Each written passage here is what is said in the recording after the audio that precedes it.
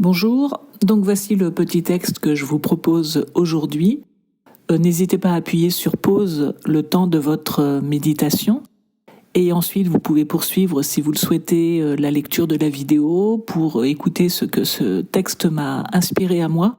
Mais vraiment, ce n'est pas une obligation, sentez-vous absolument libre. Le plus important, c'est vraiment ce que le texte vous dit à vous. Et si justement vous souhaitez partager, mais là non plus ce n'est pas une obligation, faites-le en toute liberté si vous le désirez.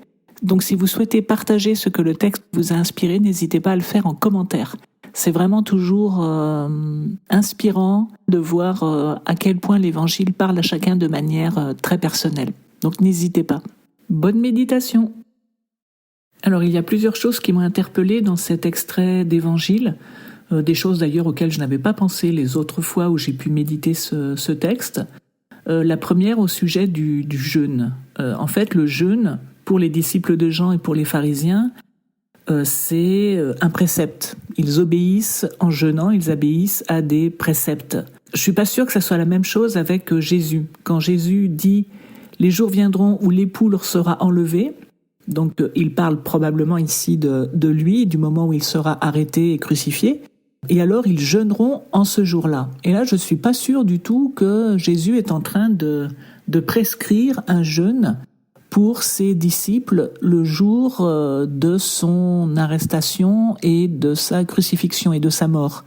Parce que à aucun moment, dans aucun évangile, au moment de son arrestation, Jésus ne demande à ses disciples de jeûner.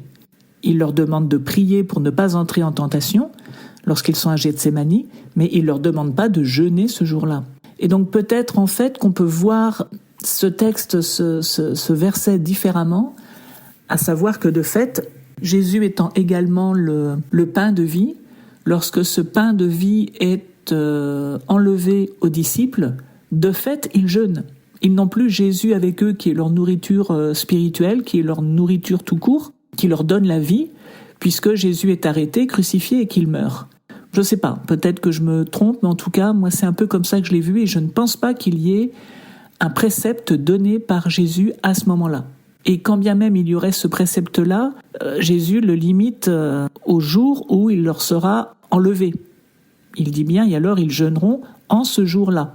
Donc je ne suis pas sûre non plus qu'il donne un précepte pour les siècles à venir. Bref. Et ensuite, en ce qui concerne le vin nouveau dans les vieilles outres, je pense que c'est vraiment là tout l'enjeu, en l'occurrence de la vie spirituelle, c'est d'éviter de devenir une vieille outre et de se maintenir toujours dans la souplesse, la flexibilité d'une outre capable de recevoir un vin qui est toujours nouveau. Puisqu'en fait, l'Évangile, le message de Jésus lui-même, ce que nous propose Jésus, c'est toujours nouveau. On ne peut jamais enfermer Jésus dans quelque chose de connu. Donc Jésus est le vin nouveau par excellence. Et je crois que l'enjeu, c'est de maintenir notre cœur suffisamment pur, suffisamment ouvert et flexible, neuf en quelque sorte, pour toujours recevoir cette nouveauté. Et donc éviter la rigidité, éviter les préceptes, les principes fixes. Je crois que c'est ça en fait l'enjeu de la vie spirituelle. En tout cas moi c'est ça que je comprends et c'est à ça que ce texte m'encourage. S'efforcer de rester une outre neuve et non pas devenir une vieille outre qui, pour éviter d'éclater, ne recevrait le vin nouveau qu'au goutte à goutte. Parce que c'est un peu ça le risque. C'est-à-dire que quand la survie de l'outre l'emporte sur sa capacité, sa volonté à recevoir le vin nouveau, elle ne reçoit plus ce vin nouveau qu'au goutte à goutte. Et moi, en tout cas, en ce qui me concerne, c'est pas ce qui m'intéresse. J'ai pas envie de recevoir le vin nouveau de Jésus au goutte à goutte. J'ai vraiment envie de le recevoir pleinement.